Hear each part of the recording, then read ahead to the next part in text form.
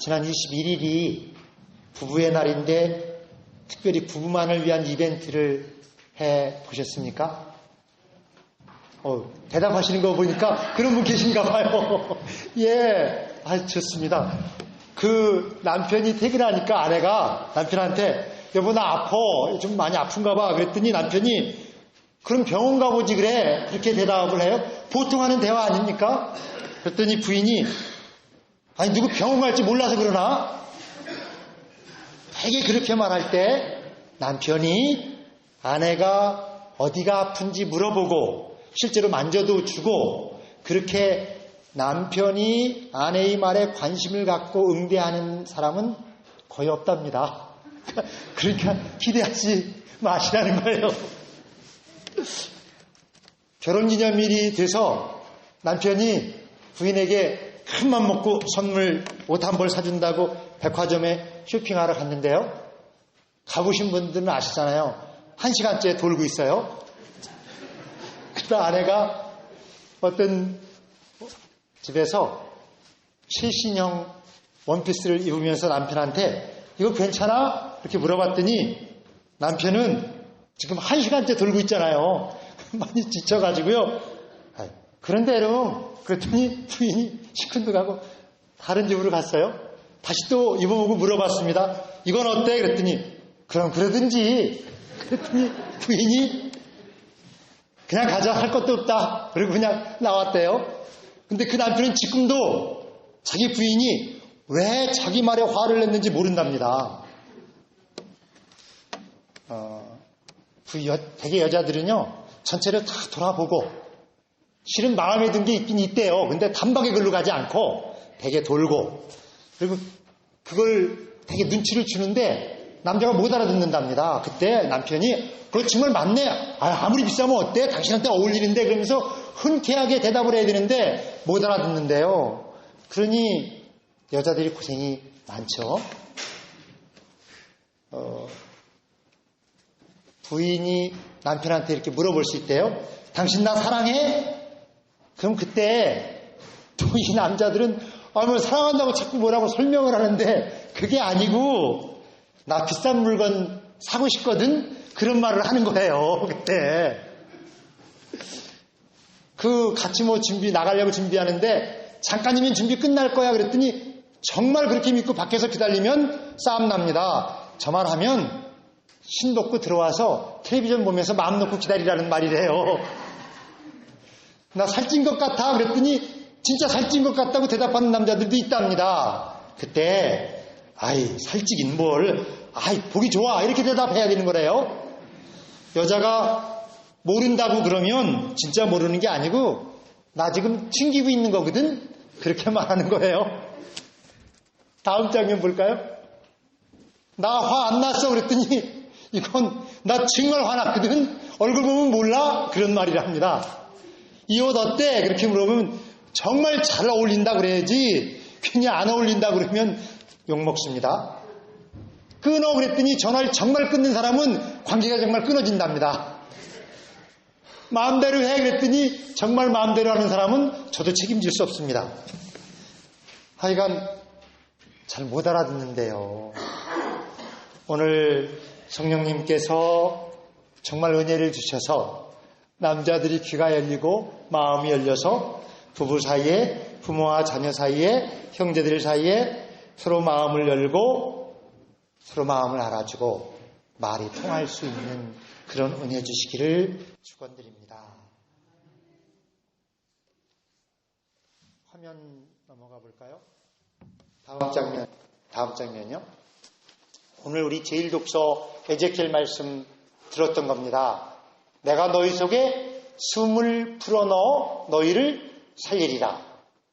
너에게 힘줄을 이어놓고 살을 붙이고 가죽을 씌우고 숨을 불어넣어 너희를 살리면 그때야 너희는 내가 하나님인지 알게 된다. 숨을 향해 내 말을 전하여라. 숨아 사방에서 불어와서 이 죽은 자들을 스쳐 살아나게 하여라. 숨이라는 말씀이 여러 번 나옵니다. 다음 장면 제2독서 사도행전에 나오는 말씀입니다. 갑자기 하늘에서 세찬 바람이 부는 듯한 소리가 들려오더니 그들이 앉아있던 집안을 가득 채웠다. 그러자 혀 같은 것들이 나타나 불길처럼 갈라져 각 사람 위에 내렸다.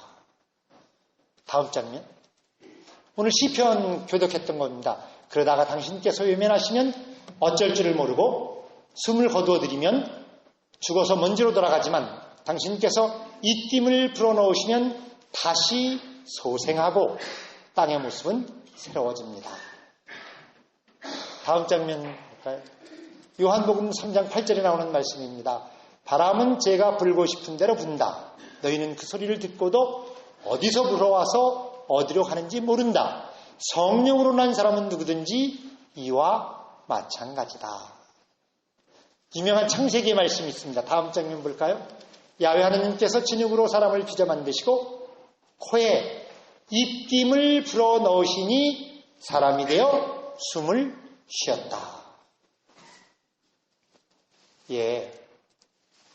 오늘 들은 말씀하고 성경에 있는 거 아주 간단한 거, 성령에 대한 성서의 설명인데 하느님의 숨과 사람의 숨과 바람에 대한 그런 말씀들을 같이 읽었습니다. 성경에서 성령을 말하는 단어들이 그리스어로는 푸뉴마라고 부르고요. 라틴어로는 스피투스라고 하고 구약성서의 히브리어로는 루아흐라고 해요. 다 저 말들의 뜻이 바람, 숨, 호흡, 기운, 생명, 영 그런 것을 나타내는 단어입니다. 그래서 우리 한글로 우리말로 번역할 때는 기라고 번역해야 되는 게 좋겠다. 그 기운 기자 있지 않습니까? 그렇게 번역하는 게 어떻겠느냐고 주장하는 사람들도 있어요. 비슷한 뜻을 가지고 있기 때문에 그렇습니다.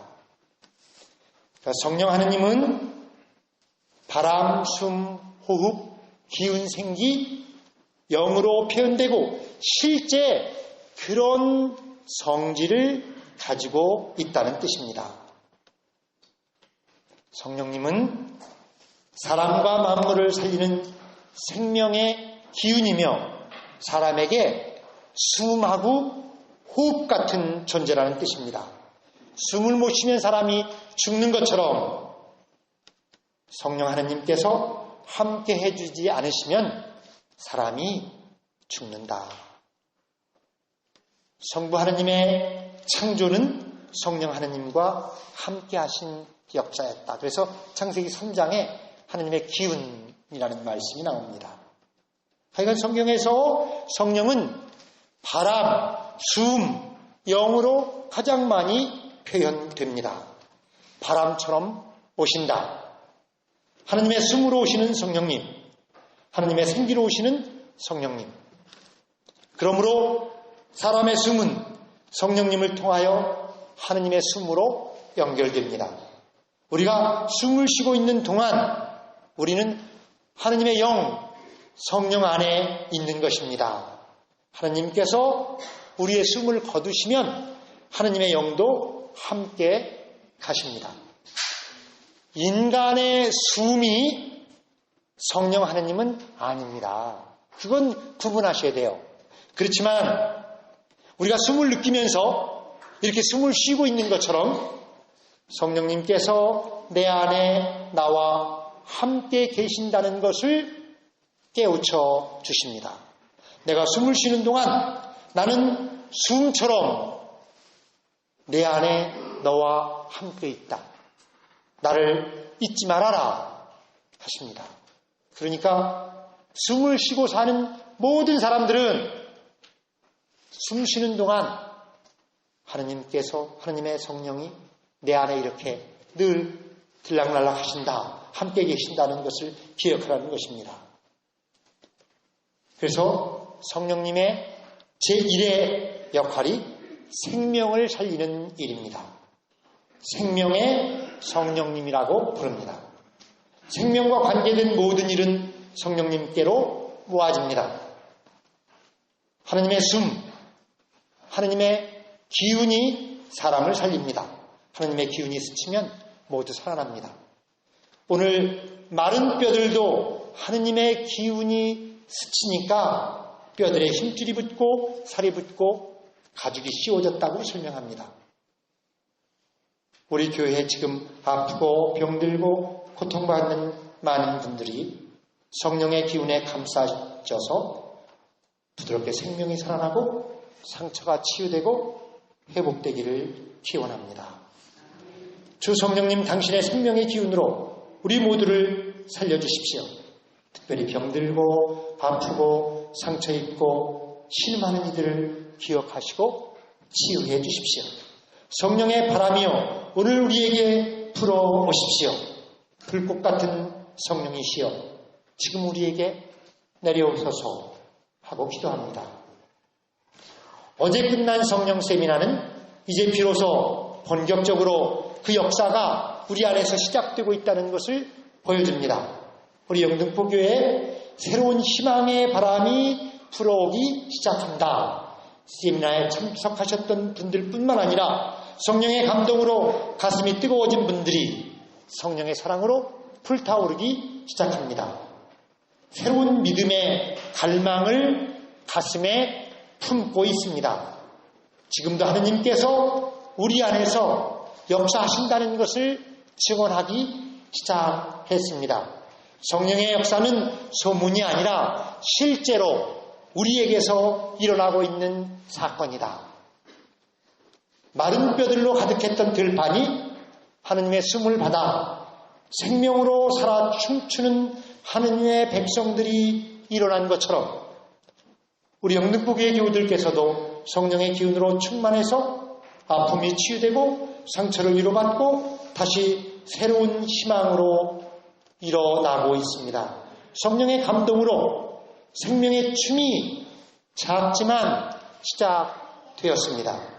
저 풀과 꽃과 나무들이 바람에 살랑거리고 흔들거리는 것처럼 우리들도 모두 성령의 감동으로 영원히 춤추며 노래하기 시작합니다. 겨울에 죽은 것 같았던 만물이 봄의 생명력으로 다시 새롭게 살아나서 세상을 푸르게 변화시켜가는 것처럼 우리 영등포교회도 성령으로 감동된 교우들에 의해서 다시 십자가에 달린 예수님을 향한 사랑으로 뜨거워지고 감사하며 기쁘게 어려운 이웃들에게 봉사할 수 있게 될 것입니다. 그런 일이 이미 우리 안에서 시작되었습니다. 성령에 감동받은 이들은 자기가 받은 죄사함의 은혜와 죽음으로부터 벗어난 부활의 은총과 값없이 거저받은 구원을 감사와 기쁨으로 용감하게 전파하는 복음의 증언자들이 되어야 합니다. 거저받은 은혜는 전하지 않고 가슴에 묻혀 있으면 결국 폭발하고 말 것입니다. 복음은 폭발하는 힘이 있습니다. 오늘 요한복음에서 예수님께서는 그 다음 장면 넘어가 볼까요? 다음 장면. 내가 아버지께 청하여 너희에게 보낼 협조자 곧 성령님께로부터 나오시는 진리의 성령이 오시면 그분이 나를 증언할 것이다. 그리고 너희도 처음부터 나와 함께 있었기 때문에 나의 증인이 될 것이다. 그런 말씀을 하십니다. 성령님도 예수님의 증언자가 되시고 제자들 모두도 예수님의 증인이 되어야 한다고 요청하십니다. 성령의 제1의 역할이 예수님의 증언입니다. 예수님의 증인이 된다는 것은 예수님의 부활의 증거자가 되는 것이며 예수님께서 우리를 사랑하신 것처럼 우리도 서로 사랑하는 사람이 되는 것입니다. 경쟁하며 전쟁하듯이 이기지 않으면 쫓겨나는 험악한 세상에서 수단과 방법을 가리지 않고 이기기만 하면 다 덮어지고 합리화되는 세상에서 그래도 사랑이 가장 좋은 길이라고 믿는 것을 예수님의 증인이 된다고 말합니다. 우리의 생명은 하느님께서 우리를 끝없이 사랑하신다고 믿는 믿음입니다. 저 십자가가 하나님의 사랑이라는 진리를 믿는 믿음입니다. 우리가 이렇게 숨쉬며 살 수 있는 것은 하느님께서 우리를 사랑하시기 때문이라는 복음을 믿는 것입니다. 아무리 사랑이 무력하고 어리석어 보여도, 아무리 사랑이 연약하고 헛되어 보여도, 사람들의 똑똑하다는 지혜보다 높고 세상의 힘보다 강하며 모든 사람들의 힘을 합한 것보다도 더 능력이 있습니다. 이 세상 끝날에 오직 사랑만이 남습니다. 우리는 모두 하느님 앞에서 얼마나 진실되게 사랑했느냐 하는 것으로 심판받을 것입니다. 주 성령님께서 우리를 감동시켜 용감하게 사랑의 길로 나가도록 인도해 주실 것입니다. 성령의 감동을 받은 제자들은 두려워서 숨어있던 방에서 과감하게 문을 열고 밖으로 나왔습니다. 그리고 예수님의 부활을 선포했습니다. 십자가에 달린 그 예수를 하느님께서 다시 살리셔서 우리의 구세주와 주님으로 세워주셨습니다. 그렇게 선언했습니다. 이제 오직 예수만이 우리의 구원자이시며 희망입니다. 그렇게 믿었습니다.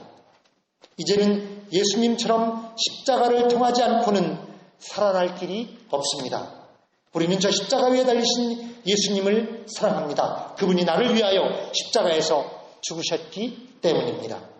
저분이 나를 먼저 사랑하셨습니다.